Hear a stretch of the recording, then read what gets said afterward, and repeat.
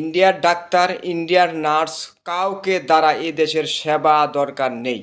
যারা আমাদের দুর্দিনে ভিসা বন্ধ করে দিয়েছিল, যারা আমার দুর্দিনে আমাদের সব কিছু পণ্যগুলা বন্ধ করে দিয়েছিল, আবার এখন ইন্ডিয়ার সাথে হাত মিলাতে চাচ্ছেন, তারা আমাদের কখনো ভালো চায় না এবং ভবিষ্যতে তারা চাইবেও না। তারা চাইবে এই দেশ থেকে লুটেপুটে খাওয়ার জন্য। এখন নার্স নাকি আসছে, পিনাকি ভট্টাচার্য খুব কঠিন হুঁশিয়ারি দিয়েছে যে যদি ইন্ডিয়ার এজেন্ট দ্বারা বাংলাদেশে কোনো বাস্তবায়িত হয়, হতে পারে ডাক্তার দিয়ে, নার্স দিয়ে, অন্য কাজ দিয়ে, তাহলে কিন্তু আমরা ছাড় দেব না। পিনাকি ভট্টাচার্যের সাথে আমিও একমত, জনগণ একমত। আপনারা কি বলেন যে ইন্ডিয়ার দোসররা আমাদেরকে বিপদে ফেলার জন্য কত কিছু পায়তারা করতেছে এবং পানির সময়, বর্ষার সময় আসলে তারা কি করে, তাদের বেরি বাঁধগুলো খুলে দেয়, বাংলাদেশে বন্যা চলে আসে। এগুলো নিয়ে কেউ সমাধান করছে না। তাই বলবো ইন্ডিয়ার কোনো এজেন্ট দ্বারা আমাদের এই দেশের সেবার দরকার নেই।